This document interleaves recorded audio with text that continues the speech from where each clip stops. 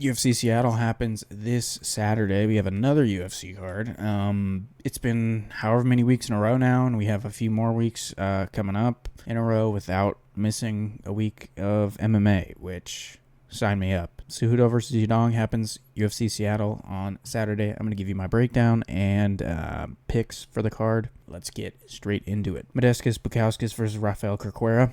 Rafael Corcuera in his last fight fought Ibo Aslan, who is on this card. He got standing TKO'd in the first round from, he was just throwing, it was just 3-4, 3-4, 3-4, 3-4, and Corcuera was up against the cage, and he just got standing TKO'd because he shelled up and didn't throw back, because he's retarded, apparently. I took Corcuera in that fight to win, actually, just because I assumed that because it was his debut, he wasn't going to be in the testing pool, and he looked sauced before he came to the UFC. Then he got absolutely waxed. So I'm going to take Bukauskas. He's the only loss he's had as of recently, meaning like in the last 4 years, was to Vitor Petrino, which he's actually a pretty good fighter. I think at the time he was undefeated. Not a very high-level fight, if we're being honest. Corcuera only has one loss in his record, and it was the last fight to Ibo Aslan, but other than that, he was fighting like cans. Fought this guy 0-1, 1-1, 6-3, 9-7, 2-3. Like, he was beating like complete shitters. And then his first fight in the UFC, he gets standing TKO in the first round. So it was in the first minute. I'll take Bukauskas. I think just the fact that he's been in the UFC longer, it seems like Corcuera might be outmatched here in terms of the comp in the UFC compared to the other organizations he's fought in. So kind of confident, kind of not. Not a very high-level fight, but we'll roll with it. Next up, we have Nursultan Ruzaboyev versus Eric Makoniko. Makoniko's making his debut. Ruzaboyev is huge for the division, being 6'4". I think they fight at welterweight. It's at middleweight. Oh, shit. Okay. I thought this was it, welterweight. I'm still going to take Ruzaboyev. I just think that him being bigger is going to play a huge role. In his last fights, I think I've seen every single fight from him in the UFC. I've seen every fight from him. And he uses his range very well. He gets to ground and pound positions. He always finds a way to drop guys, it seems, except for when he fought Buckley, and Buckley kind of just worked him the whole time. He's moving up now, I guess. Makoniko's making his debut, which, from what I've seen, being 34 and only having 10, 11 fights on your record, he is fighting out of the MMA lab, but the guys in the heavier divisions in the MMA lab are not known to be the most successful, so to say.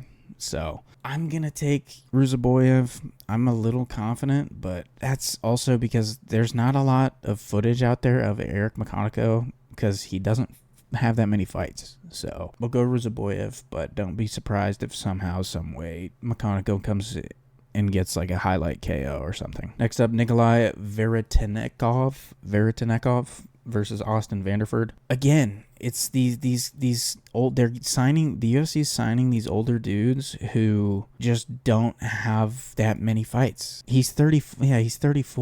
He's 1-2 in his last 3 fights. He got finished in both the losses at Bellator. He went signed with the LFA for 1 fight and beat Victor Romero in the first round, and they signed him. Neither of these guys, from what I can tell, are good. I'm going to look up the odds because on the UFC's website it didn't have them, but it's like completely split odds. So I don't know, man. I'm going to go with the guy who's been in the UFC before because why not? 2 older guys that from the tape I've seen are not the most talented ever. I'll take Nikolai Veretennikov. Not the craziest confident, but he's been in the UFC. I think he only has 1 fight, but it's something. Austin Vanderford's 1-2 in his last 3 fights, and his film's not impressive. So next up, Ricky Simon versus Javid Basharat. I'm going to take Javid Basharat. He's a pretty decent favorite in this fight. I think Ricky Simon is kind of on the downslope right now in his career. The one thing that I saw going for him really was his gas tank. And in his last, I think it was his last fight? Yeah.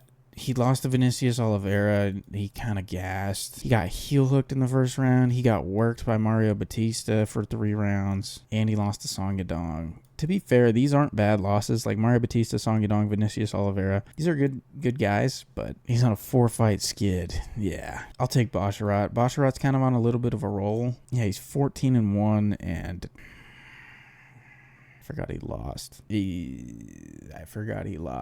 lost as a hobby. Oh, man, this is disgusting. Why are we doing this? So hobby's good, because he beat Ricky Turcios and he beat Pedro Munoz. I'm still going to take Basharat.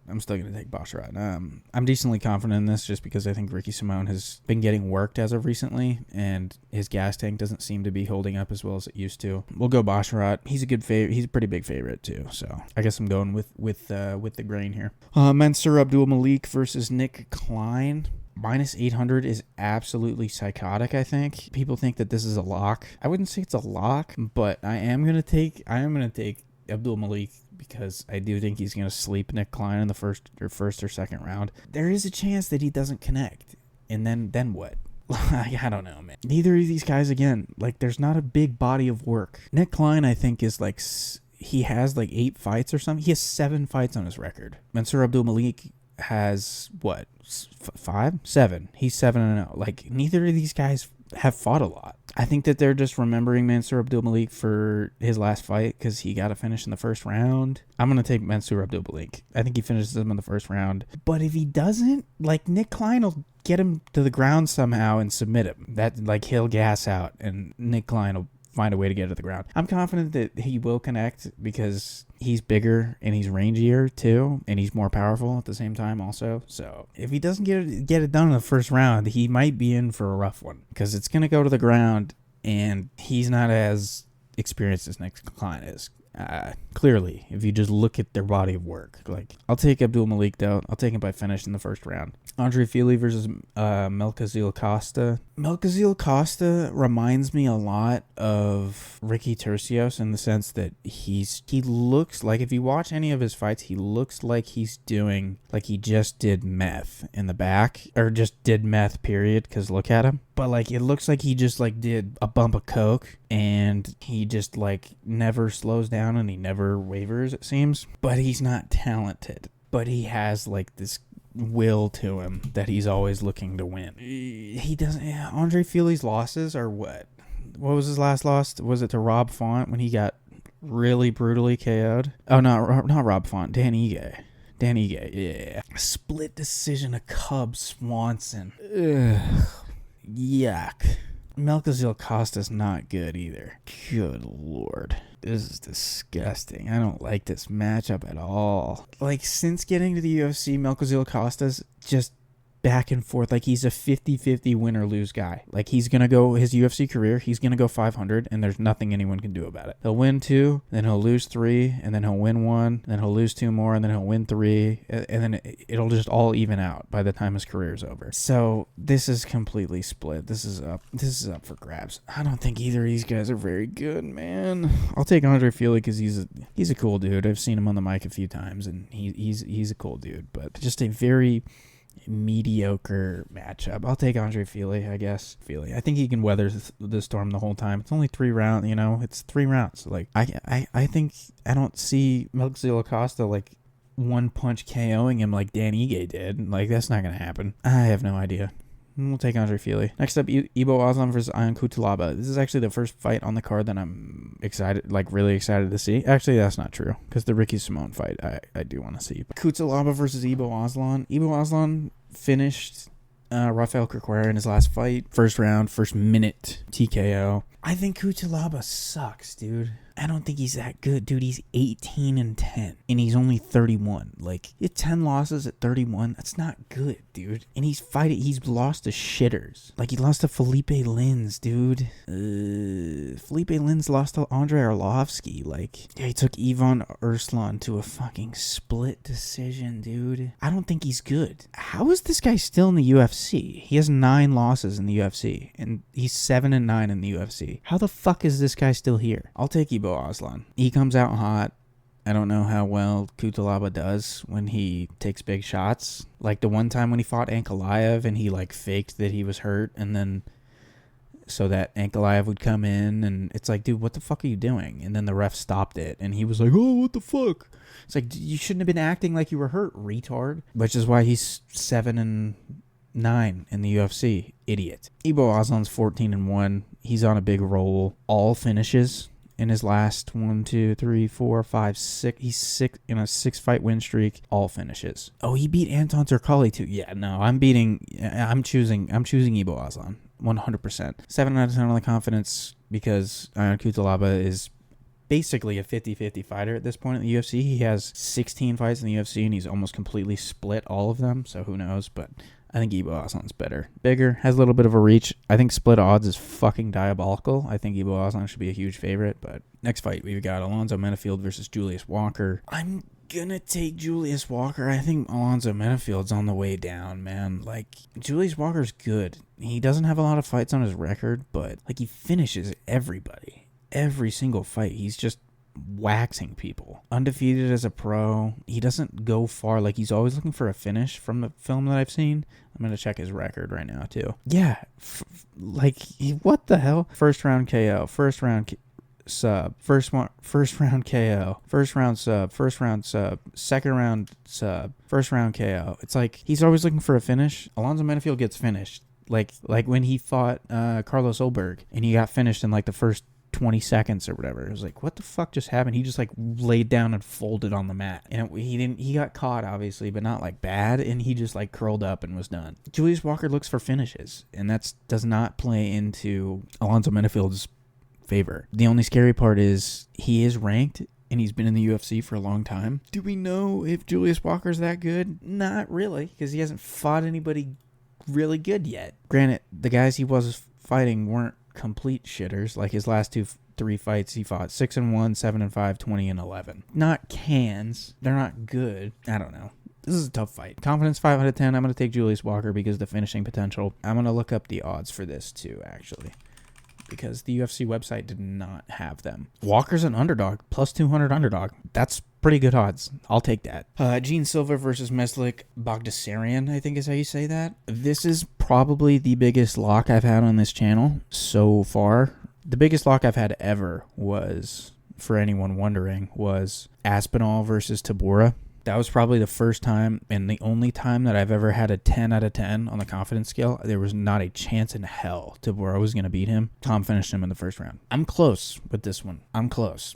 Also, not a shot in hell. Gene Silva is 28 years old. Look at that guy. You're going to tell me he's 28 years old? Dude, and the other guy's older than him? You think Bogdasarian's older than Gene Silva? No shot. These birth certificates in Brazil are getting a little bit shaky. Gene Silva's going to fucking knock him out in the first or second round. These fighting nerds have weird, scary power. It doesn't seem like they put a lot behind their shots, except for Mauricio Huffy. He puts a lot behind his shots, or it seems like he does. Gene Silva will go 3 rounds, like, just fucking you up, like, with hard shots, and it doesn't look like he's throwing, like, crazy hard, but, like, when he fought Drew Dober, he was connecting with Drew Dober, like, it didn't look like he was, like, putting a lot of oomph into it, but Drew Dober was, like, split open and looked like a fucking horror movie. Gene Silva's gonna put him away quick. At some point, the fighting nerds are gonna get stopped. That's just inevitable, I think.